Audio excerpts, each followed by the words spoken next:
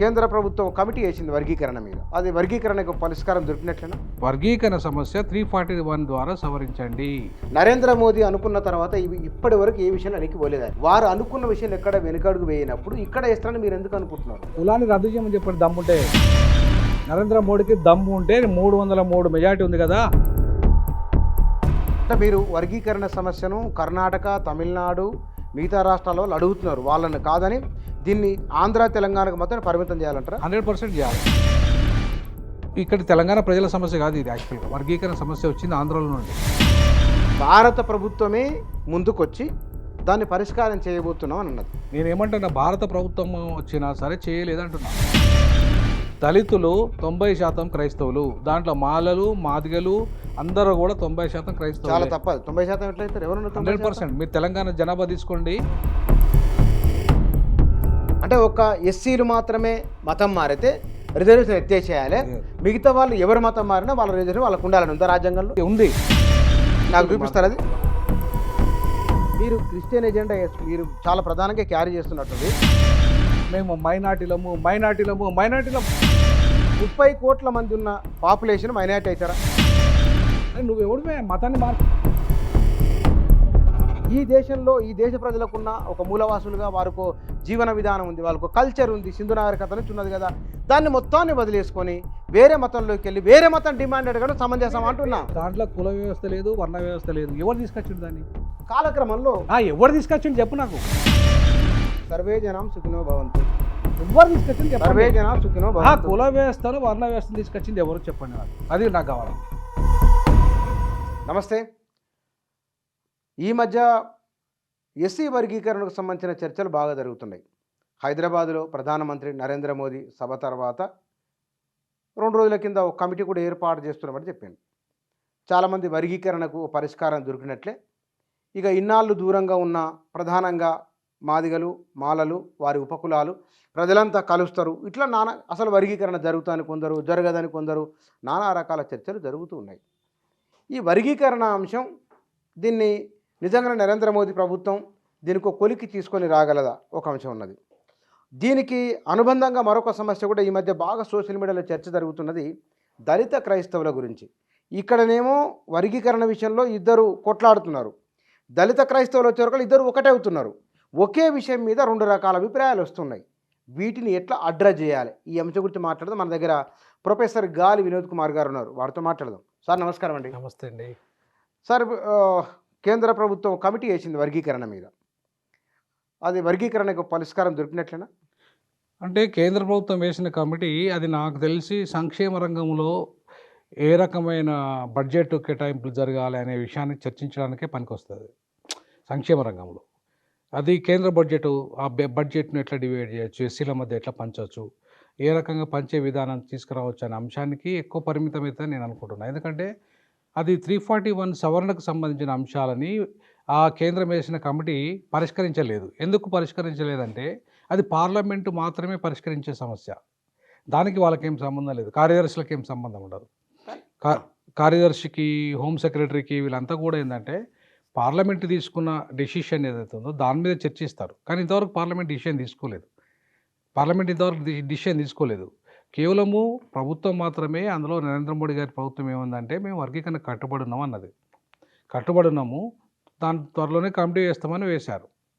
అయితే ఇప్పుడు ఏంటంటే పార్లమెంటులో 2/3 మెజారిటీ, లోకసభలో 2/3 మెజారిటీ, రాజ్యసభలో, తర్వాత స్పెషల్ మెజారిటీ అంటే ఈ 29 రాష్ట్రాలలో ఒక 15 రాష్ట్రాల అసెంబ్లీ తీర్మానము వర్గీకరణకు అనుకూలంగా జరగాలి. అంటే దాంట్లో 2/3 మెజారిటీ రావాలి లోకసభలో, రాజ్యసభలో 2/3 మెజారిటీ రావాలి, ప్లస్ 15 రాష్ట్రాలలో అసెంబ్లీ తీర్మానం జరిగితేనే 341 అధికరణ భారత రాజ్యాంగము ద్వారా సవరించవచ్చు. అది ఎందుకు ఈ అంశం ఎందుకు అంటున్నానంటే మందకృష్ణ గారు లేవనెత్తుతున్నది ఏంటంటే వర్గీకరణ సమస్య 341 ద్వారా సవరించండి. 341 సవరించాలంటే ఇప్పుడు నేను చెప్పిన ప్రాసెస్ అంతా కావాలి. కానీ ఒక్క మాట ఇక్కడ, దీనికి జస్టిస్ రామచంద్రరాజు కమిషన్ ఒక సిఫారసు, ఆనాడు ఉమ్మడి రాష్ట్రంలో అసెంబ్లీలో వారు ఒక సవరణ ద్వారా ఒక బిల్లు పెట్టడం జరిగింది. రిజర్వేషన్ అమలైంది. ఇది రాష్ట్రంలో ఒక ప్రజాసభ, జాతీయ స్థాయిలో లోక్సభ, ప్రజాసభ. ఇక్కడ చేయగలిగినప్పుడు ఏ వెసులుబాటుతోని అక్కడ ఆ వెసులుబాటుతో చేయవచ్చు. అక్కడ దానికి ఉషా మెహ్రా కమిషన్ చెప్పింది 341 దీన్ని సవరించమని. సవరించడానికి అందులో ఉన్న న్యాయపరమైన చిక్కులు ఇతరేతర అంశాలు ఏమేమి ఉన్నాయో అధ్యయనం చేసి కమిటీ రిపోర్ట్ ఇస్తే కనుక ఇమీడియట్ చేయొచ్చు కదా. చేయరు ఎందుకు అంత మీరు చెప్తున్నారు కాదని? అంటే చేయరని నేను ఎందుకు అంటున్నాను అంటే, చేయలేరని ఎందుకు అంటున్నాను అంటే 303 స్థానాలు ఇప్పుడు బీజేపీకి ఉన్నాయి, సంపూర్ణ మెజార్టీ ఉంది. దాంట్లో 70 మంది చమార్ ఎంపీలు ఉన్నారు. 70 మంది సింగిల్ క్యాస్ట్. సింగిల్ క్యాస్ట్ దగ్గర చమార్ అండ్ అలైడ్ క్యాస్ట్లు 70 మంది ఉన్నారు. అంటే ఇక్కడ మాదిగలు మాదిగ ఉపకులాల టైపులా అక్కడ కూడా చమార్ ఉపకులాలంతా కలిపి వాళ్ళంతా దీనికి వ్యతిరేకం. వర్గీకరణ వాళ్ళు వ్యతిరేకం. తర్వాత మహర్లు వ్యతిరేకం. 30 మంది దాకా మహర్లు ఉంటారు, వాళ్ళు కూడా వ్యతిరేకం. వాళ్ళు వ్యతిరేకం. మహర్లంతా కూడా వ్యతిరేకం. మహర్లు ఎవరు? ఇక్కడ మాల అనుబంధ కులాలు. అవును, అంటే వాళ్ళకి ఎక్కువ రిజర్వేషన్ వస్తుంది కదా. ఎందుకు ఎక్కువ రిజర్వేషన్ వచ్చినా సరే రిజర్వేషన్ వర్గీకరణ ఫలాలని ఇవాళ వాళ్ళు కూడా ఎక్కువ అనుభవించారు ఉత్తరాదిలో. కాబట్టి వాళ్ళు వ్యతిరేకమే. సో కాబట్టి అంటే మొత్తానికి 108 మంది ఎస్సీ ఎంపీలు ఉన్నారు కదా. 108 మంది ఎస్సీ ఎంపీలలో 100 మంది దీనికి వ్యతిరేకం. 100 మంది దీనికి వ్యతిరేకము, కేవలం 8 మంది మాత్రమే దీనికి అనుకూలం.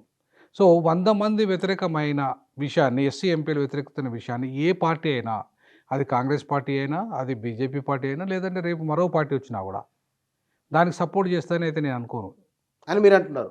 కానీ ఒక మాట, నరేంద్ర మోదీ అనుకున్న తర్వాత ఇప్పటి వరకు ఏ విషయంలో ఎన్నికిపోలేదు ఆయన. ఒకటి 3 సాగు చట్టాల రైతుల విషయంలో తప్ప ఎన్నికిపోలేదు. దానికి కారణం ఏమిటి?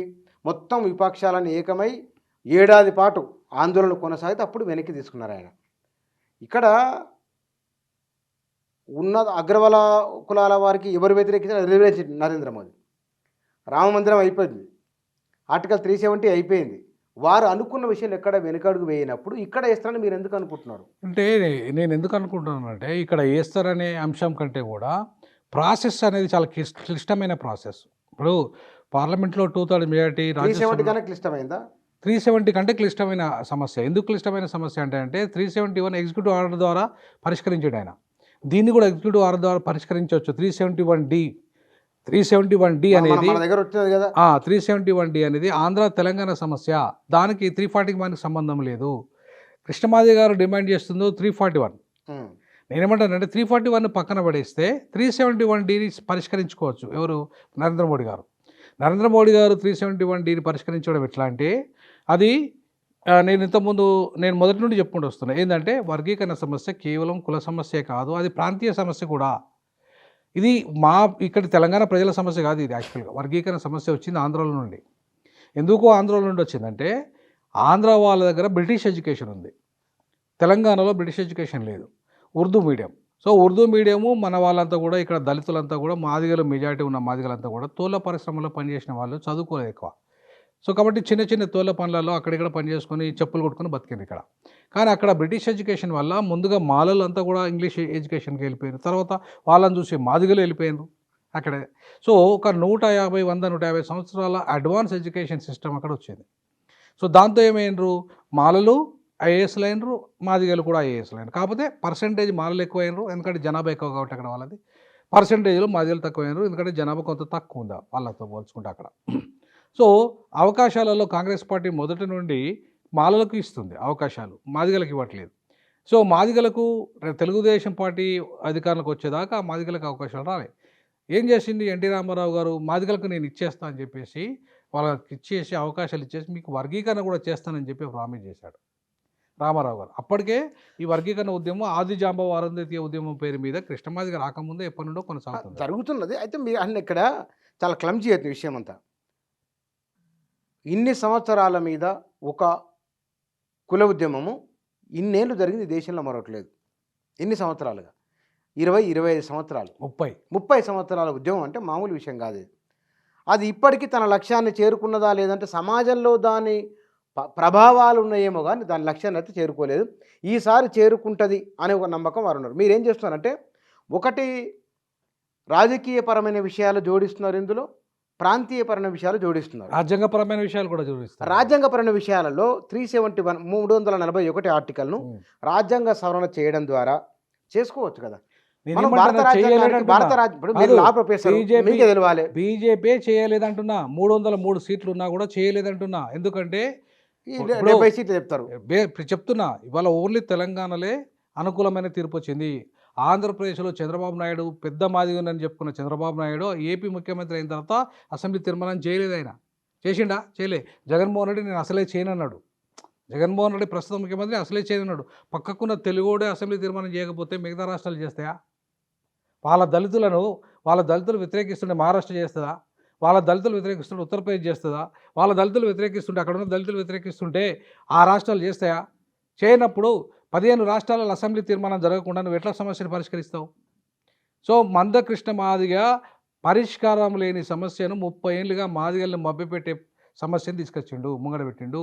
నేనేమంటానంటే ఎట్లా 370 ఎంత పరిష్కారం చేసిన వాళ్ళు ఇది పరిష్కారం చేయలేరా అంటే చేస్తారు. కానీ ఎప్పుడు చేస్తారంటే వీళ్ళు 371D నేను చెప్తున్నా కదా, ప్రాంతీయ సమస్య వల్ల 371D వచ్చింది. ఎందుకంటే ఆంధ్ర, తెలంగాణ, రాయలసీమలో ఉద్యోగాల పంపిణీ సరిగ్గా జరగట్లేదు, విద్యా పంపిణీ సరిగ్గా జరగట్లేదు. కాబట్టి వీళ్ళను 3 ప్రాంతాల వారీగా విభజించి జోనల్ సిస్టమ్ తీసుకొచ్చి ఆ జోనల్ సిస్టంలో ఈ సమస్యను పరిష్కరించారు.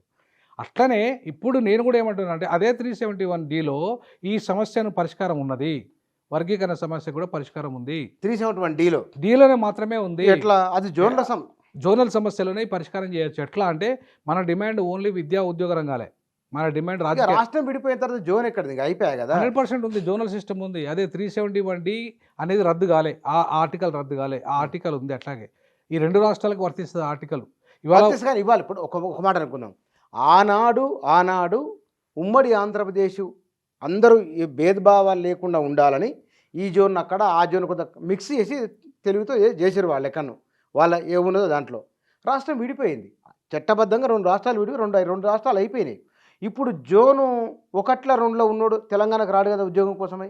ఇక ఆ జిల్లాకు ఆ రాష్ట్రానికి ఆ రాష్ట్రం జోన్లు ఉన్నాయి, ఈ రాష్ట్రానికి ఈ రాష్ట్రం జోన్లు ఉన్నాయి. జోనల్ సిస్టమ్ 2 రాష్ట్రాలలో ఉంది.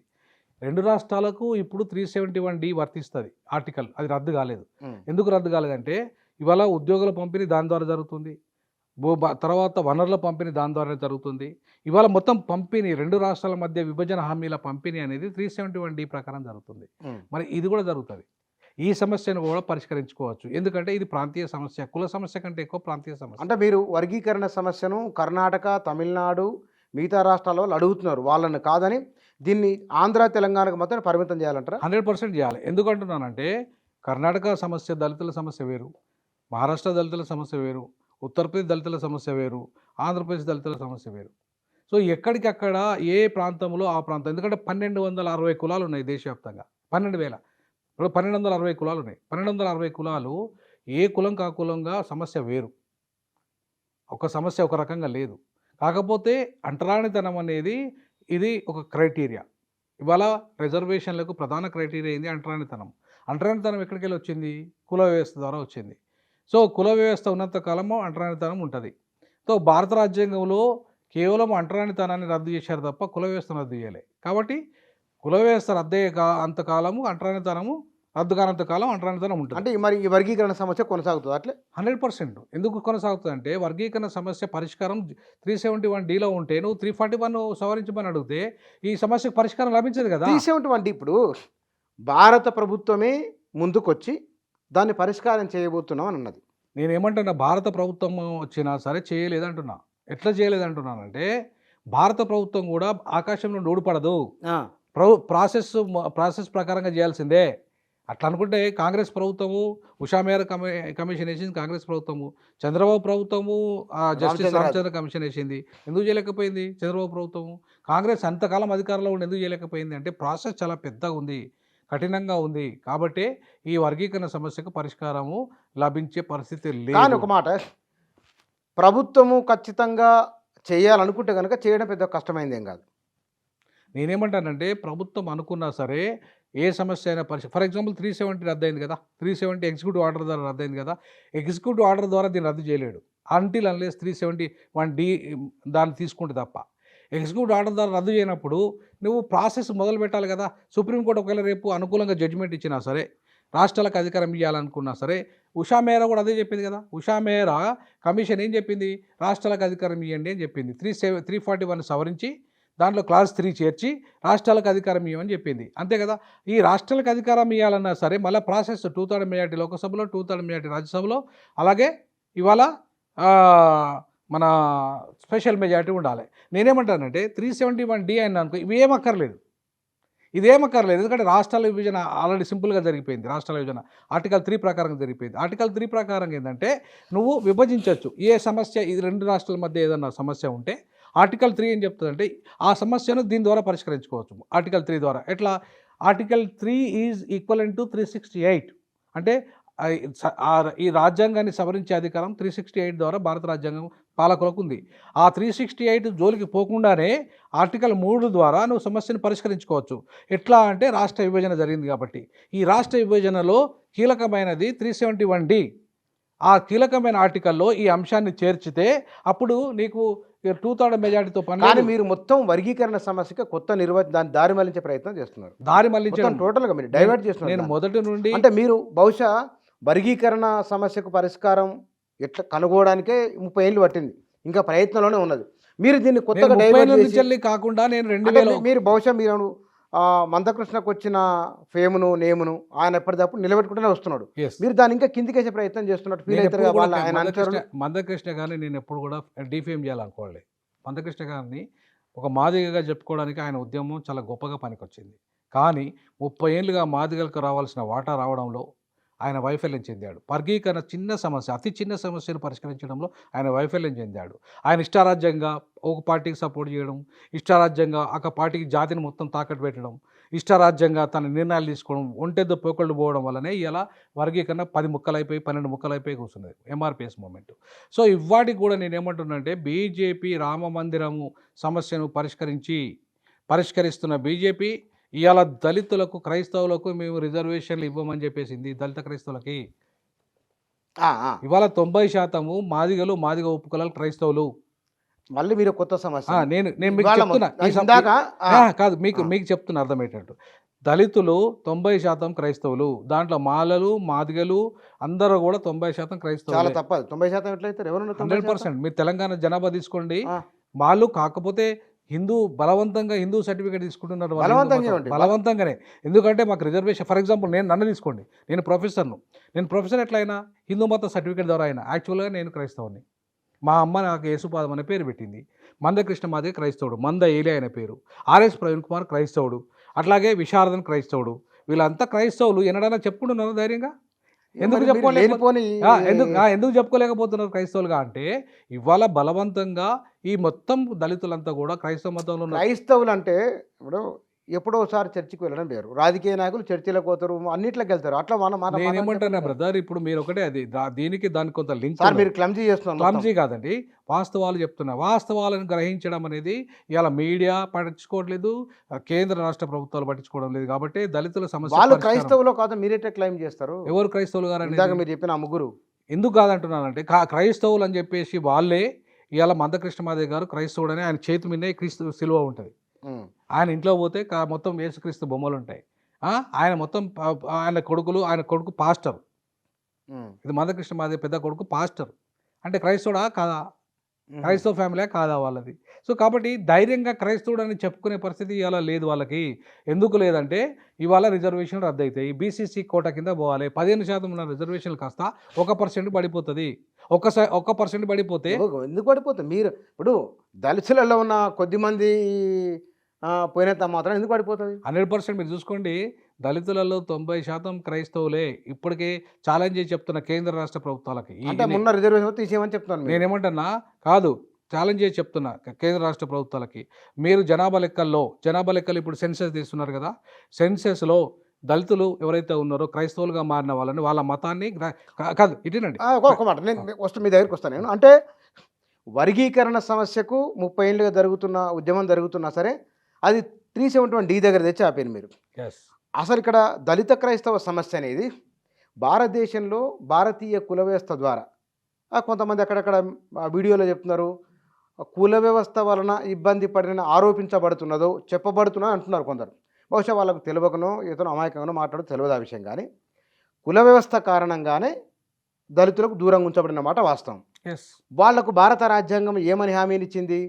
ఈ హిందూ వ్యవస్థలో ఉన్న కులము మిమ్మల్ని ఇబ్బంది పెట్టింది కాబట్టి రాజకీయంగా ఉద్యోగాల పరంగా ఎదగండి అని ఒక అవకాశం ఇచ్చింది. కానీ మేము మతం మారుతాము, అయినా మేము తీసుకుంటాము దీన్ని అటు మతం మారిపోయి ఆ రిజర్వేషన్ అక్కడ కూడా రాయితీలు పొందుతాం మేము, సమాజంలో మేము బీసీసీగా మళ్ళీ సామాజిక హోదా ఎంజాయ్ చేస్తాము అని చెప్పడం అనేది ఏం న్యాయమేనా ఇది? అదే అంటున్నా. నేను కూడా నువ్వు అడుగుతున్న ప్రశ్నే నేను కూడా అడుగుతున్నా. ఏమంటే ఇలా అగ్రవర్ణాలు ఓసీలు ఉన్నారు, వాళ్ళకు 10% రిజర్వేషన్ ఇచ్చారు. అవును. వాళ్ళ యొక్క సర్టిఫికేట్లో, కులం సర్టిఫికేట్లో వాళ్ళ కులం ఉంటుంది, మతం సర్టిఫికేట్లో క్రైస్తవుడు అని ఉంటుంది. మతం మారిన క్రైస్తవులకి, ఓసీ క్రైస్తవులకి. బీసీలు తీసుకోండి, వాళ్ళ మతం మారితే వాడికి క్రైస్తవుడు అనే మతం ఉంటుంది, ప్లస్ వాడి రిజర్వేషన్ 27% అమలు అవుతుంది. అట్లాగే ఎస్టీలు తీసుకోండి, వాడు క్రైస్తవుడు అయితే వాడికి వాడి మతం కాడ క్రైస్తవుడు అని ఉంటుంది, రిజర్వేషన్లు 7.5% అమలు చేసుకోవచ్చు. మరి దళితుడు క్రైస్తవ మతం మారితే వాడికి మతం హిందూ మతం అనే సర్టిఫికేట్ ఎందుకు ఇవ్వాలి? వాడికి రాజ్యాంగంలో ఏం చెప్పబడింది?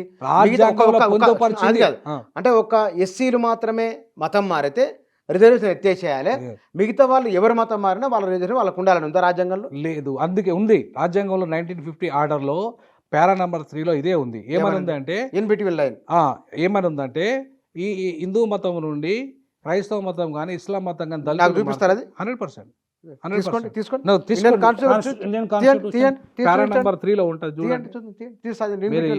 ఎందుకంటే ఇది సీరియస్ విషయం మాట్లాడుతున్నాం మనం సీరియస్ విషయం చెప్తున్నా, నేను కూడా సీరియస్ విషయాన్ని ఎందుకంటే ఈ మధ్య రాజకీయ పరంగా మీరు మాట్లాడిన మాటలు అన్ని కూడా 15% రిజర్వేషన్ 1% అన్నారు. ఇవాళ ఇప్పుడు భాగ్యరెడ్డి వర్మ ఆ రాజు 100 సంవత్సరాల కింద ఆయన మాట్లాడేది ఆది హిందువులు అన్నాడు. ఆయన హిందూ అయితే ఎవరిని అనలేదు. అక్కడక్కడ క్రైస్తవ మిషనరీలు వచ్చిన దగ్గర జిల్లా కేంద్రంలో కొంతమంది దళితులు, కొంతమంది బీసీలు ఏమన్నా వెళ్ళిండి వచ్చినవే, కానీ మెజారిటీ వాళ్ళు హిందూ మతంలోనే ఉన్నారు కదా. Yes correct. నేనేమంటున్నా, ఇప్పుడు దాంట్లోనే మెజారిటీ హిందూ మతంలో ఉన్నారనే విషయాన్ని నేను కూడా గ్రహిస్తున్నాయి, కానీ వాళ్ళు బలవంతంగా మాత్రమే ఉన్నారు. వాళ్ళు ఎప్పుడు బలవంతం వేరు, మళ్ళీ అది వేరు. వాళ్ళు హిందూ మతంలో ఉన్నారా లేదా అనేది ఇంపార్టెంట్. నేనేమంటానంటే, నువ్వు అరే బాబు నిన్ను జైల్లో వేస్తా, లేకపోతే ఇప్పుడు బలవంతంగా ఎట్లా అంటున్నానంటే, హిందూ మతంలో ఉంటే రిజర్వేషన్ ఉంటాయి, హిందూ మతం లేకపోతే నీకు రిజర్వేషన్ రద్దు అన్నప్పుడు వాడు ఏం చేస్తాడు? దళితుల విషయంలో ఎందుకు అదే అంటున్నా, వివక్షత అంటున్నా, చూపిస్తున్నా. అదే దాని గురించే అది ఓపెన్ అయితే లేదు, అందుకే దాని గురించే నేను వెతుకుతున్నా. ఇగోండి ఇగో నాట్ విత్ పారా నెంబర్ 3లో ఇది presidential order 1950 New Delhi, ministry of law notification New Delhi on 10th August 1950లో వచ్చింది ఇది. ఓకే. సో ఆర్డర్లో ఏముందంటే పారా నెంబర్ 3 చదువుతా మొత్తం కాకుండా, notwithstanding any contained paragraph 2, no person who profess a religion different from Hinduism shall be deemed to be a member of schedule caste. అంటే schedule కులాల నుండి ఎవరైతే హిందూ మతం నుండి పోతారో వాడు షెడ్యూల్ కులం కాదు, వాడికి రిజర్వేషన్లు అనేటివి రావు. ఇది క్లియర్గా చెప్తుంది ఇక్కడ. అట్లాగే ఇప్పుడు సిక్కులో ఉన్న వాళ్ళకి రిజర్వేషన్లు తర్వాత వచ్చినాయి, బౌద్ధంలో ఉన్న వాళ్ళకి రిజర్వేషన్లు వర్తించినాయి, ఎందుకంటే అది హిందూ మతంలో భాగం అని చెప్పారు కాబట్టి, హిందూ మతంలో భాగం కాబట్టి ఈ రెండింటికి వర్తించినాయి. క్రైస్తవ ఇస్లాం మతం హిందూ మతంలో భాగం కాదు కాబట్టి విదేశీ మతాలు అని చెప్పేసి అంటున్నారు కాబట్టి అవి వర్తించే. నిజాలన్నప్పుడు మరి ఓసీలకు కూడా వర్తించాలి కదా. ఇది నిజమైనప్పుడు ఓసీ రిజర్వేషన్ రద్దు కావాలి, అది నిజమైనప్పుడు బీసీ రిజర్వేషన్ రద్దు కావాలి. మంచి మాట. 1956 నాటికి భారతదేశంలో రిజర్వేషన్ కేవలం దళితులకు మాత్రమే, ఎస్సీలకు ఎస్టీలకు మాత్రమే వచ్చినాయి.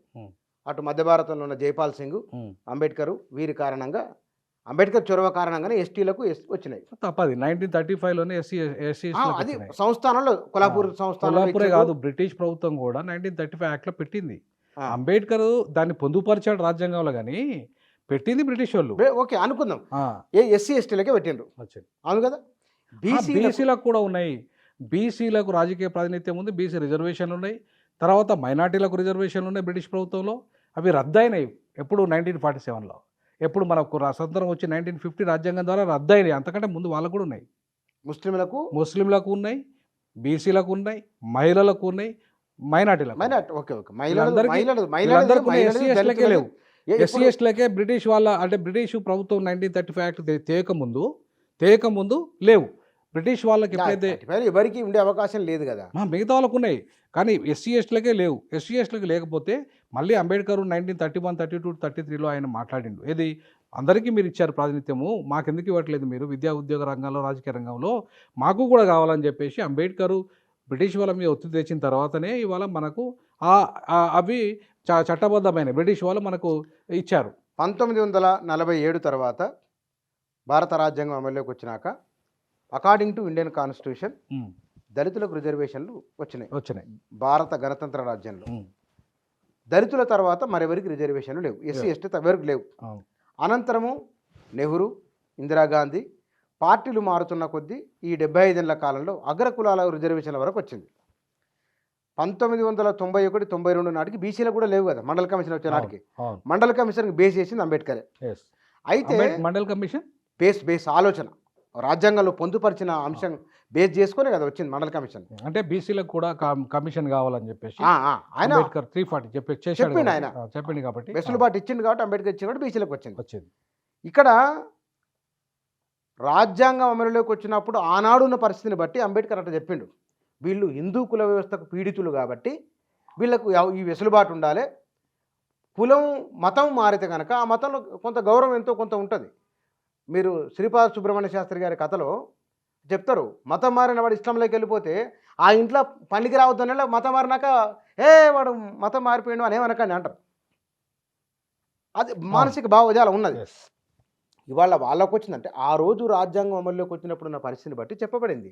ఇప్పుడు బీసీల సమస్యను ఈ దళితులు ఒకే ఘటన కడతారు, అప్పుడు మీరు డిమాండ్ చేయండి. మరి ఎస్సీలకు ఉన్నట్లుగానే వాళ్ళకు చేయండి అని చెప్పండి, కానీ మమ్మల్ని కూడా మళ్ళీ గుర్తించండి, మాకు రిజర్వేషన్. అందుకే నేను అదే మత స్వేచ్ఛ డిమాండ్ న్యాయమైందన్న మీద 100% న్యాయమైంది. ఎట్లా అంటే మత స్వేచ్ఛ అనేది భారత రాజ్యాంగం పొందుపరిచినప్పుడు అందరికీ భారత పౌరులందరికీ వచ్చింది. భారత పౌరులందరికీ మత స్వేచ్ఛ వచ్చింది. అధికరణ 25, 26లో మీరు ఏ మతమైనా తీసుకోండి, మీరు ఏ మతంలోనే ఉండండి, ఏ మతమైనా మార్చుకోండి, అది మీ స్వేచ్ఛ, మీ ప్రాథమిక హక్కు అని చెప్పేసి మత స్వేచ్ఛ ఒకవైపు ఇస్తూనే మేము ఆ మతంలో పోతే రిజర్వేషన్ రద్దు చేస్తామని చెప్పేసి చెప్పడం అనేది ఏ మేరకు భారత రాజ్యాంగం పొందుపరిచిన మత స్వేచ్ఛ యొక్క అర్థం ఉంటుంది.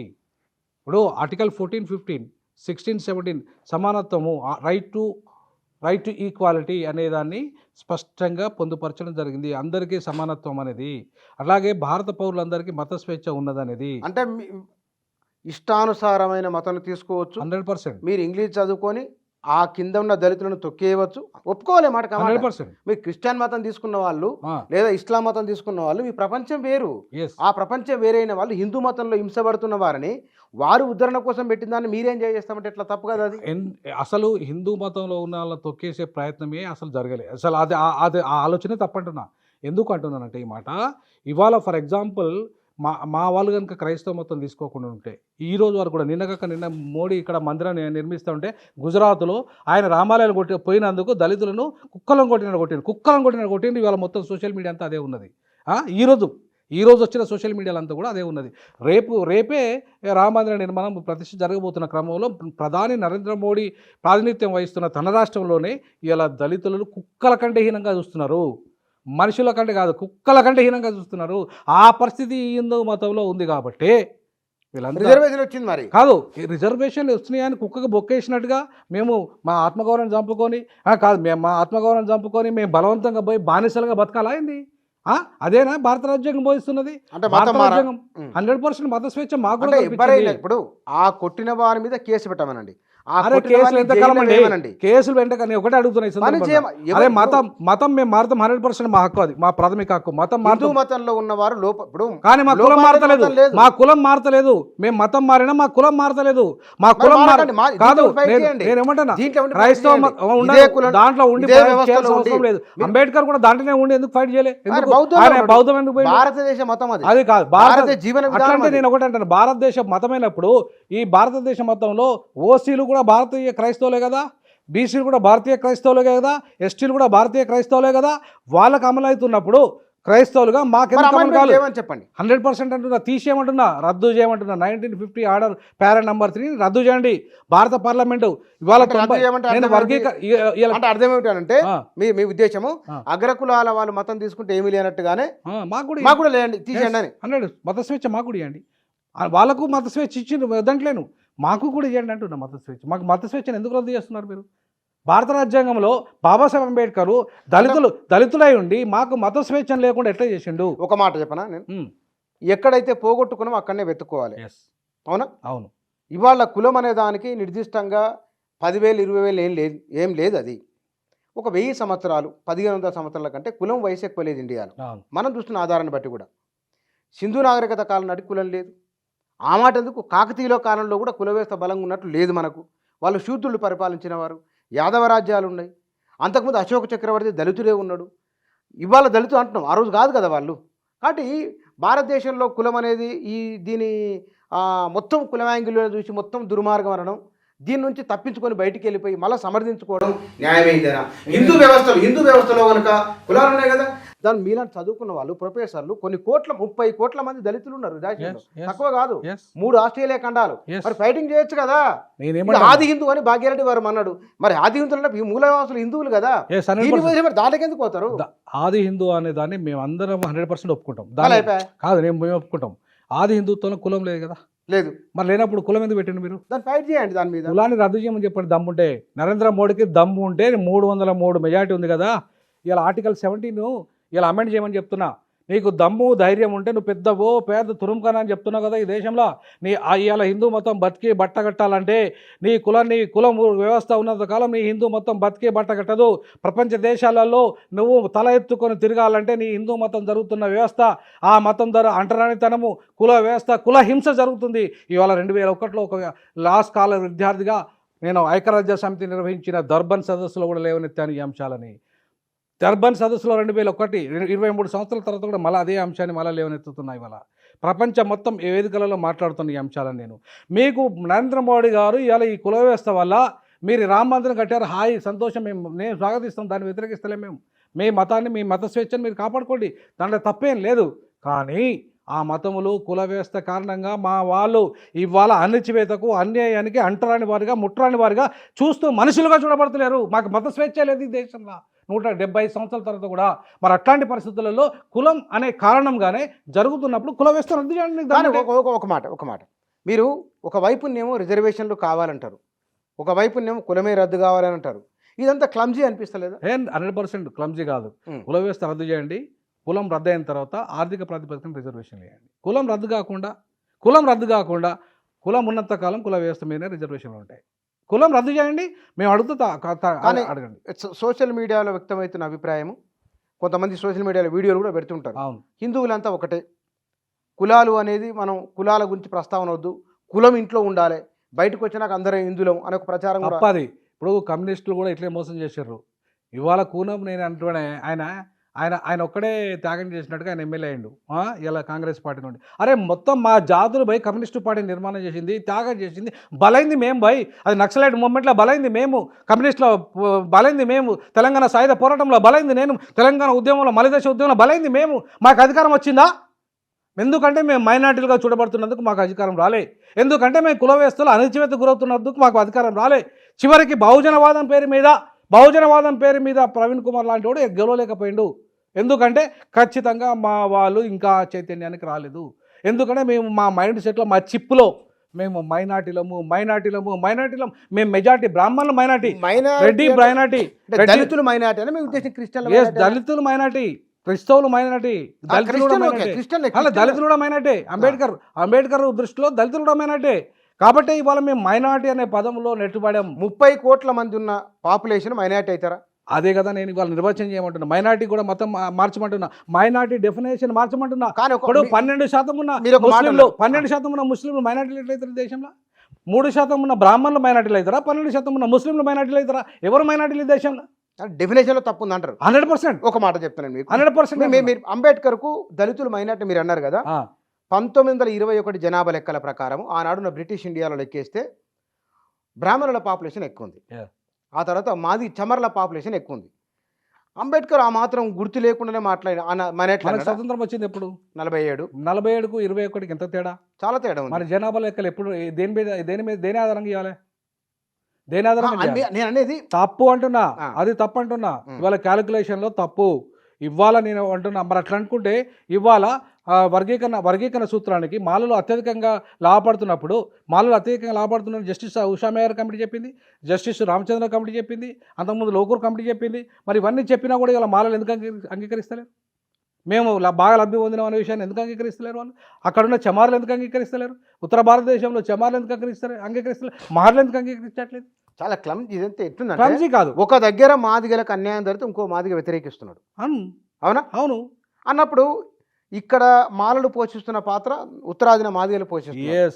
అవునా? 100%. ఇప్పుడు రిజర్వేషన్ల విషయంలో ఒక గొడవ, క్రైస్తవుల విషయంలో ఒక గొడవ, మొత్తమే కులమే ఒక సమస్య అయిన మరో గొడవ. ఇన్నిట్లలో అతిపెద్ద సమస్య ఏమిటి? మొత్తం మీ దళితులంతా కలిసి ఫైట్ చేయాల్సింది దేని మీద? ప్రధానంగా మేము కుల వ్యవస్థ రద్దు అనే సమస్యను చాలా అత్యంత కీలకమైన సమస్యగా బాబాసాహెబ్ అంబేద్కర్ భావించాడు. అందుకే అనైలేషన్ ఆఫ్ కాస్ట్ అనే తన మొట్టమొదటి రెవల్యూషనరీ డాక్యుమెంట్ను మన ముందుంచాడు. ఉంచి ఆయన చివరికి ఏం చేశాడు? కుల వ్యవస్థను రద్దు చేయలేని పరిస్థితిలో ఆయన కేవలం అంటరానితనాన్ని రద్దుకే ఆర్టికల్ 17 ప్రకారంగా పరిమితమయ్యాడు అంబేద్కర్. ఎందుకంటే అంబేద్కర్ అన్నాడు ఒక్కడిగా ఉన్నాడు. ఇవాళ లక్షలాది మంది కోట్లాది మంది మేము నువ్వు చెప్పినట్టు 30 కోట్ల మంది ఉన్నాం కదా. 30 కోట్ల జనాభా తలుచుకుంటే ఈ దేశ రాజకీయాలు మార్చలేదా? 30 కోట్ల నేను అదే అంటున్నా. నేనేమంటున్నానంటే నేను కూడా అదే చెప్పాల్సుకునే సందర్భం. 30 కోట్ల జనాభా మేము ఉన్నాం భయ్. దాంట్లో దాదాపు 20 కోట్ల మంది క్రైస్తవులే ఉన్నారు భయ్. 20 కోట్ల మంది క్రైస్తవులే ఉన్నారు. అసలు మీరు ఎందుకు మాట్లాడుతున్నారో నాకు ఇప్పటికీ అర్థం కాదు. ఏమిటంటే మీరు క్రిస్టియన్ ఎజెండా మీరు చాలా ప్రధానంగా క్యారీ చేస్తున్నట్టు. నేను చెప్పా ఒకటే వాస్తవాలు. మీకు ఇదే క్రిస్టియన్లకు దళితుల ఇష్యూలో మీరు కన్సర్న్ ఉందా? మీరు దళితులకు సమస్య వస్తే క్రిస్టియన్లు వస్తారా? 100% రావాలంటున్నా. 100% రావాలంటున్నా. అందుకే ఈ ఇంటర్వ్యూ ద్వారా మాట్లాడదాం. దళితులకు సమస్య వస్తే కనుక అదే హిందూ వ్యవస్థలో ఉన్న బీసీలు వస్తారు. ఇప్పుడు ఏమంటారు, బీసీలలో కొంచెం శూద్ర అగ్రవర్ణం వాళ్ళు వస్తారు, ఇంకా ఇతరులు వస్తారు. కానీ వీళ్ళు వస్తారా? వచ్చి చూస్తారా? వీళ్ళు రాకపోవడం అనేది వాళ్ళ తప్పు, వాళ్ళ చైతన్యహీనము. చైతన్యహీనం కాదు, మనిషి పట్ల ఒక మనిషి ఏ మాటకు ఆ మాట మాట్లాడదాం. ఇవాళ దళితుల సమస్య మీద ఫైట్ చేసిన వాళ్ళు అవసరం కోసం బ్రిటిష్ వాళ్ళు చేస్తే కనుక ఇదే హిందూ వ్యవస్థలో ఉన్న వాళ్ళు రెడ్లు అంటావా, కంబలు అంటావా, బ్రాహ్మణులు అంటావా, వైశ్యులు అంటావా, ఈ బీసీలు ఎవరన్నా తీసుకోండి, వాళ్ళు ఫైట్ చేసిండ్రు. నేను 100 పేర్లు చెప్తాను. ఏం చేశారు వాళ్ళు? ఆర్య సమాజ్ దళితుల విషయంలో ఫైట్ చేసిందా లేదా? అసలు వాళ్ళకంటే బ్రిటిష్ వాళ్ళు అతి ఎక్కువగా చేశారు. ఆర్య సమాజ్ నిన్నక మొన్న కదా. ఈ రోజు వరకు కూడా మిషనరీస్ చేస్తున్నాయి. ఇవాళ చదువుకున్నాం మేమంటే బికాస్ ఆఫ్ మిషనరీస్. ఇవాళ చదువు దళితులకు బ్రిటిష్ వాళ్ళు ఇవాళ క్రైస్తవులుగా ఇవాళ ఆంధ్ర వాళ్ళు వచ్చిండ్రు 150 సంవత్సరాల ముందే వచ్చినట్టే. కారణం ఎవరు? హిందూ వ్యవస్థ కాదు, హిందూ మతం కాదు. నా ప్రశ్న మీకు క్యారీ అన్నట్టుంది. దళితులకు సమస్య వచ్చినప్పుడు అవునండి, నేనేమంటున్నా, క్రిస్టియన్లు వచ్చి ఒక ర్యాలీ చేసిన సందర్భం ఉందా? ఎక్కడ? నేను చెప్తా. కారంచేడు, పదిరికుప్పం, వేంపెంట ఇక్కడ జరిగిందే క్రైస్తవుల మీద అండి. అక్కడ జరిగిందే క్రైస్తవుల మీద. కారంచేడు, చుండూరు వాళ్ళ క్రైస్తవులు మీరు చూసుకోండి. అందుకే ఇవాళ ఎందుకు కేసు యాక్టివేట్ అయింది? మీకు ఎస్సీ ఎస్టీ చట్టం వర్తిస్తుంది అని చెప్పేసి తీర్పు వచ్చింది. క్రైస్తవులు కాబట్టి వాళ్ళు క్రైస్తవులకు మారినందుకు దాడి జరిగిందా, వాళ్ళ దళితులకు దాడి జరిగిందా? ఏదో వాళ్ళు క్రైస్తవులుగా మారినందుకే చాలా దాడులు జరుగుతున్నాయి. ఎందుకంటే 1980లో 90లో 1986 1991లో ఈ చర్చలు ఉన్నాయి. అప్పుడు నేను ఒక మాట చెప్తాను. మా ఊరు చిన్న ఎగ్జాంపుల్. మా ఊరు చెప్తా. 2000 మంది దళిత క్రైస్తవులు అంటే మాది క్రైస్తవులు మా ఊర్లో ఉన్నారు. 2000 కుటుంబాలు ఉన్నాయి. మొత్తం క్రైస్తవులు, హిందువులు లేరు అందులో. తర్వాత మాలలు ఒక 20-30 కుటుంబాలు ఉంటాయి. ఆ 20-30 కుటుంబాలు హిందువులు. 2 సార్లు రిజర్వేషన్ వచ్చేసింది, ఎస్సీ రిజర్వేషన్. ఈ మిగతా బీసీలు ఓసీలు ఎవరిని గెలిపించారు తెలుసా? ఈ 20 కుటుంబాలు ఉన్న మాలల్ని గెలిపించారు. కానీ ఈ 2000 కుటుంబాలు ఉన్న మాదిగలను గెలిపించాలి. ఎందుకంటే వాళ్ళు క్రైస్తవులు. అంటే ఇది ఏ రకమైన వివక్షత చెప్పండి? ఓట్లు మొత్తం మీ ఊళ్ళో ఎన్ని ఓట్లు ఉంటాయి? మా ఊర్లో దాదాపుగా 3,000 చిల్లర ఉంటాయి. మీ కుటుంబాలు కాదు, 3,000 కాదు, 5,000 చిల్లర ఉంటాయి. 5,000. మీ కుటుంబాలన్నీ? మా 2,000 ఉంటాయి. 2,000 కుటుంబాలు ఎన్ని ఓట్లు ఉంటాయి? అదే నేనేమంటున్నా, మొత్తం మా కుటుంబం మా ఊర్లో ఒక 10-15 వేల ఓట్లు ఉన్న టోటల్ జనాభా ప్రకారం వేసుకున్నా మాయే దాంట్లో 4-5 వేల ఓట్లు.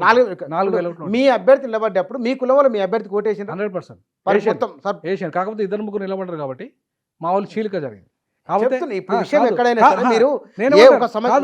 నేనేమంటానంటే మనం వర్గీకరణ ఇష్యూ దగ్గరికి వచ్చి నేను ఒకటేనా అంటే ఎన్ని విషయాలు మాట్లాడినా మనం చూడండి సార్ చెప్పిన మీరు అదే మీరు సమస్యలు అర్థం చేసుకోవట్లేదు. ఇప్పుడు మీరు క్రిస్టియన్ అంటే హిందూ అనకాడ మీరు మీరు ఒక హిందూ పక్షపాతిగా మాట్లాడకండి దయచేసి. నేను నేను ఎందుకంటే హిందూ పక్షపాతి కాదు, కాదు, యథార్థం మాట్లాడుతున్నా. యథార్థంగా నేను కూడా మాట్లాడాల్సుకున్నా. అందుకే నేనేమంటున్నానంటే మా ఊర్లో ఈ మిగతా మెజారిటీ హిందువులంతా కూడా ఆ మైనార్టీలైనా మాలలకే సపోర్ట్ చేసి గెలిపించారు 2 సార్లు, కానీ మెజారిటీ మాదిగలను గెలిపేయలేదు. కారణం ఏంటంటే వాళ్ళు క్రైస్తవులుగా ఉన్నారు. ఇవాళ ఎక్కడైతే క్రైస్తవుడుగా నువ్వు మారుతా అంటే ఈ రాజ్యాంగం ఒప్పుకోవట్లేదు, మత స్వేచ్ఛ ఇవ్వట్లేదు. నేను క్రైస్తవునిగా మారుతా, నేను మారిన భయ నీకు గురిగిపోతున్నా అంటే చర్చికి పోతే నీకు ఎస్సీ సర్టిఫికేట్ అని అంటాడు, చర్చికి బైబుల్ పట్టుకుంటే నీకు ఎస్సీ సర్టిఫికేట్ అని అంటాడు. అని నువ్వు ఎవడివే మతాన్ని మార్చా? కానీ సార్ ఒక మాట మీరు కాదు, నేను ఎక్కడికి వస్తున్నా ఈ దేశంలోకి క్రైస్తవ మతం రాకముందు సంతు రవిదాస్ ఉన్నారు. అవును, సంతు రవిదాస్ ఉన్నారు. సంతు రవిదాసు ఏ ఆలోచనను ప్రజల్లోకి తీసుకొని వచ్చిండు ఆయన? సంతు రవిదాస్ కుల వ్యవస్థకు వ్యతిరేకంగా కదా. అవును, మరి సంతు రవిదాస్ క్యారీ చేయొచ్చు కదా. అరే ఇంకా కాదండి, నాకు అర్థం కాదు. సంతు రవిదాస్ నమ్మిన వాళ్ళు ఇతర దేశాల వ్యాపారాలు చేస్తున్నారు, అవును, కోటీశ్వరులు అయినరు, అవును, మిలేనియల్ అయినరు. ఎందుకు పోవాలి? అరే సంతు రవిదాసు కులాన్ని నిర్మూలించమన్నాడా? నిర్మూలించమలే కదా. నిర్మూలించడానికి ఏం చేశాడు సంతు రవిదాసు? సంతు రవిదాసు కులాన్ని నిర్మూలించే కార్యక్రమం జరగాలి. హిందూ మతంలో సంస్కరణ చేసాడు. హిందూ మతంలో అందరూ సమానత్వాన్ని తీసుకురావాలని 1000 ఏళ్ల కింద అన్నాడు. అవునండి, 1000 ఏళ్ల కింద. అవునండి, 1000 ఏళ్ల కింద అన్నా కూడా అంబేద్కర్ రద్దు చేయమని చెప్పాడు అన్నాడుగా. ఆయన ఎలక్షన్ ఆఫ్ కాస్ట్ అన్నాడు కదా. అన్నాడు. సార్ నేను అనేది ఏంటంటే ఇక్కడ ఒక్క మనం రిజర్వేషన్ ఉత్తరాది వాళ్ళు సంతు రవిదాస్ ఉత్తరాది వాళ్ళు మీ ఉనికిని మీరు విధ్వంసం చేసుకొని మీ మూలాలను మీరు దెబ్బతీసుకొని ఇవాళ మాట్లాడుతుంటే నేను ఫీల్ అవుతున్నా. రీజన్ ఏమిటంటే భారతదేశంలో 30 కోట్ల మంది, ఇంకా జనాభా ఎక్కువనే ఉండొచ్చు. ఇవాళ 140 కోట్ల మందిలో ఉత్తర దక్షిణ భారతదేశం కలిపితే దళితుల పాపులేషన్ సింగిల్ క్యాస్ట్గా మెజారిటీ పాపులేషన్. ఈ మెజారిటీ పాపులేషన్ ఉన్న వాళ్ళు ఈ దేశంలో ఈ దేశ ప్రజలకున్న ఒక మూలవాసులుగా వారికో జీవన విధానం ఉంది, వాళ్ళకు కల్చర్ ఉంది, సింధు నాగరికత నుంచి ఉన్నది కదా. దాన్ని మొత్తాన్ని వదిలేసుకొని వేరే మతంలోకి వెళ్ళి వేరే మతం డిమాండ్ అడగడం సమంజసం. మీరు అంటున్నది మీరు అర్థం కావాల్సింది, ఈ దేశంలో హిందూ మతం అనేదే లేదు. సుప్రీంకోర్టు జడ్జిమెంట్ ప్రకారం ఏంటంటే Hindu is the way of life, జీవన విధానం. దాంట్లో కుల వ్యవస్థ లేదు, వర్ణ వ్యవస్థ లేదు. ఎవరు తీసుకొచ్చిండు దాన్ని? కాలక్రమంలో ఎవరు తీసుకొచ్చిండు చెప్పు నాకు, నువ్వు చెప్పు నాకు, ఎవరు తీసుకొచ్చిండు దాన్ని? తీసుకొచ్చినవాడు ఎవడు చెప్పండి. ఇప్పుడు వే ఆఫ్ లైఫ్ సింధు మతం నుండి, సింధు అనే పదం నుండి హిందూ మతం వచ్చేసి సుప్రీంకోర్టు చెప్పింది, నేను చెప్పలేదు. అది వే ఆఫ్ లైఫ్ జీవన విధానం చెప్పింది, దాంట్లో మతం కాదని చెప్పింది. ఎస్, జీవన విధానంలో దాంట్లో మాది జీవన విధానం ఉంది. మేము పుట్టను అన్నను అన్ని పూచమ్మ ఎల్లమ్మ మల్లమ్మను మేము పూజించాము. మేము ఆది హిందువులుగా మేము బతికాము. మాకు ఈ వర్ణ వ్యవస్థ కుల వ్యవస్థ వచ్చిన తర్వాతనే, మాకు వివక్షత వచ్చిన తర్వాతనే కదా మేము ఇతర మతాలకు పోయింది. అంతకుముందు మేము ఇతర మతాలకు పోలేదు కదా. మేము పోవడానికి కారణం నువ్వే కదా. ఎవరు తీసుకొచ్చింది దాన్ని? ఈ వర్ణ వ్యవస్థను కుల వ్యవస్థను తీసుకొచ్చింది ఎవరు చెప్పండి నాకు. సర్వే జనం సుఖినో భవంతు. ఎవరు తీసుకొచ్చింది చెప్పండి. సర్వే జనం సుఖినో భవంతు. కుల వ్యవస్థను వర్ణ వ్యవస్థను తీసుకొచ్చింది ఎవరు చెప్పండి నాకు. అది నాకు కావాలా. మీరు చెప్పండి. మీరు హిందువులు కదా చెప్పండి. ఈ హిందూ దేశం చెప్తా. ఒకరు పలానా వ్యక్తి అని పిన్ పాయింట్ చేయడానికి లేదు. కాలక్రమంలో మనువని ఏ మనువో తెలియదు. చాలామంది మనువులు ఉన్నారు. ఒక ఆయన ఒకదాన్ని రాస్తే కనుక ఒకదాని ఇంకోదాన్ని దాని ప్రక్షిప్తాలు వచ్చి అది బలమైన కుల వ్యవస్థ ఏర్పడింది. కాదనేది లేదు, కానీ అదే కుల వ్యవస్థను ఈ దేశంలో ఉండకూడదని, దాన్ని సంస్కరించాలని ఉద్యమించిన వాళ్ళు ఉన్నారు. 100%. మనం ఎవరినైతే అంటూ అదే బసవేశ్వరుడు కర్ణాటకలో కళ్యాణం నుంచి ఆయన వీరశైవాన్ని తీసుకొని కులమే లేదన్నాడు. నేనేమంటానంటే కులమే లేదన్నాడు. ఇవాళ వాళ్ళ కులం చెప్తున్నా. కాలక్రమంలో మీరు హిందూ వ్యవస్థలో ఒక భాగమై హిందూ వ్యవస్థ తప్పులు దాన్ని ఇప్పుడు కుల వ్యవస్థ నరేంద్ర మోదీ ఒక మాట చెప్తున్నా, కుల వ్యవస్థ లేదన్న నేనేమంటాను సంస్కరించుకోవాలి. సంస్కరించడం అంటే ఎట్లా సంస్కరించుకుంటారండి? ఇప్పుడు నువ్వు అంటరాని వాడేవాడిని కానీ మొత్తం సమాజాన్ని పాటిస్తున్నప్పుడు ఎట్లా సంస్కరిస్తావు దాన్ని? నువ్వు ఎంతకాలం సంస్కరిస్తావు? వేల సంవత్సరాలుగా ఇలా మీరే ఉన్నది కదా. బౌద్ధంలో అంతకంటే దారుణమైన కుల వ్యవస్థ ఉంది. బౌద్ధంలో దారుణమైన కుల వ్యవస్థ ఉంది. ఇస్లాంలో దారుణమైన కుల వ్యవస్థ ఉంది. క్రైస్తవంలో దారుణమైన కుల వ్యవస్థ ఉంది. మరి అందుకే మేము ఇక్కడికి వస్తాం. మాకు ఒక్కటే కండిషన్, కుల వ్యవస్థ వర్ణ వ్యవస్థను అధికారికంగా రద్దు చేయండి. దీని మీద ఫైట్ చేయండి అందరూ. మేము అదే అంటున్నాం. మేము అడుగుతున్నాం. మేము ఆది హిందువులమే సగర్వంగా చెప్పుకుంటాం. మేము ఆది హిందువులుగా ఉండడానికి సిద్ధపడతాం. మేము క్రైస్తవ మతం ఇస్లాం మతం మారడానికి కారణం మీరు, మీ కుల వ్యవస్థ, మీ అంటరానితనము. దాన్ని మీరు రద్దు చేయడానికి సిద్ధంగా ఉన్నారా? మీరున్నారా చెప్పండి. ఒక ప్రశ్న, ఈ ప్రశ్న చూద్దాం. ఈ మన ఇంటర్వ్యూ వచ్చిన చూద్దాం. ఇవాళ వర్గీకరణ దగ్గరికి వద్దాం. ఎందుకంటే దాని చుట్టూ వచ్చిన చర్చ ఇదంతా కూడా వర్గీకరణ సమస్య పరిష్కారమై దళితుల మధ్య మళ్ళీ ఒక ఏకతాభావం వచ్చే అవకాశం ఉన్నదా? ఉంటుంది ఎందుకంటే ఇవాళ అనేక సమస్య ఎస్సీ అట్రాసిటీ యాక్ట్ వర్గీకరణ సమస్య పరిష్కారం కాకముందే అది రద్దయినప్పుడు దాని గురించి కలిసి పోరాటం చేసినాం.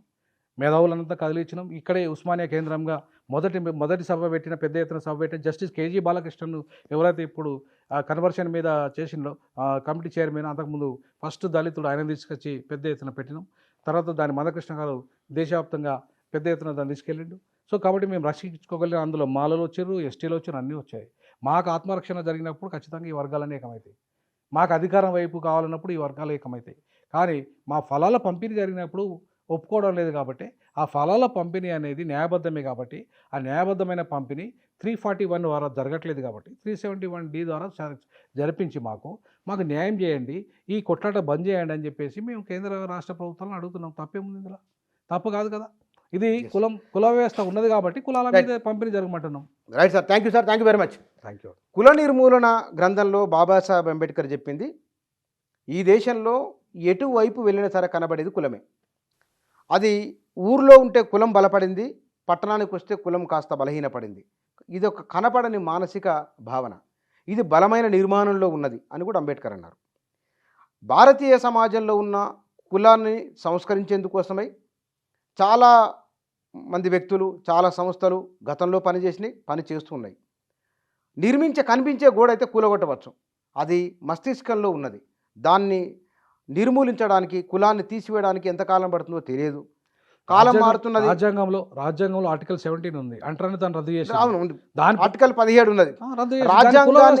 రాజ్యాంగాన్ని నిజంగా అంటరానితనం నిర్మూలించినట్టుగానే కులాన్ని కూడా నిర్మూలించాలంటే బహుశా ఈ దేశంలో కులమాధారితంగానే సంపద ఉన్నది, కులమాధారితంగానే అధికారం ఉన్నది, కులమే సర్వమై ఉన్నది. కాబట్టి బహుశా సమస్య వస్తున్నది కావచ్చు. దీనికి ఇవాళ కాకపోతే రేపైనా సరే ఒక పరిష్కారాన్ని చూపించాలి.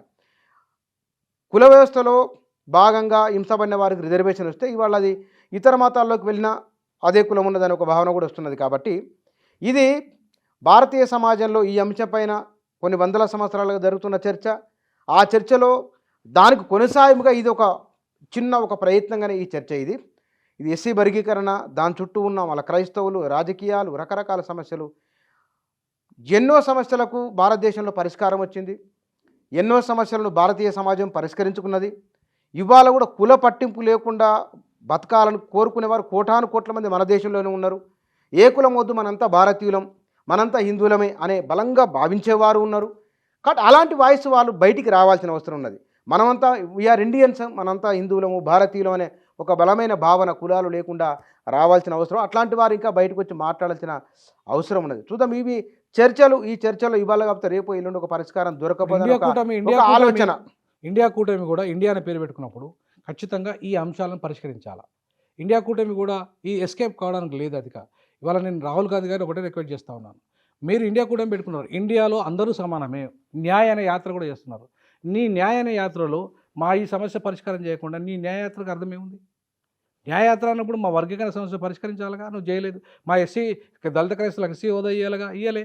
నువ్వు చేయకుండా న్యాయయాత్ర అంటే 30 కోట్ల మంది ప్రజలకు ఎస్కేప్ అవ్వకుండా ఉన్న వ్యక్తివి, మరి న్యాయం ఎట్లా చేస్తావు మాకు? కాబట్టి ఈ ప్రశ్నలు కూడా నువ్వు సమానం చెప్పాలి రాహుల్ గాంధీ. నేను అదే అడుగుతున్నా, నీవు రేపు అధికారానికి వస్తే కులాన్ని రద్దు చేస్తావో చెప్పు. ఆర్టికల్ 17ని దాంట్లో కేవలం అంటరానితన నిర్మూలన ఉంది, దాని ప్లేస్లో కుల నిర్మూలన పెట్టగల దమ్ము ధైర్యం నీకుందా? నీ ఇండియా కూటమికి ఉందా? నేను అడుగుతున్నా, ఇండియా కూటమికి ఉందా? Thank you sir. ప్రశ్నలు థ్యాంక్ యూ. ఈ వాస్తవానికి ఇంటర్వ్యూలో నా వైపు నుంచి ప్రశ్నలే వచ్చినాయి, ఈసారి అటువైపు నుంచి ప్రశ్నలే వచ్చినాయి. ఇంటర్వ్యూ ముగింపు కూడా ప్రశ్నతోనే వచ్చింది. ఇది సమస్య అట్లాంటిది. Thank you.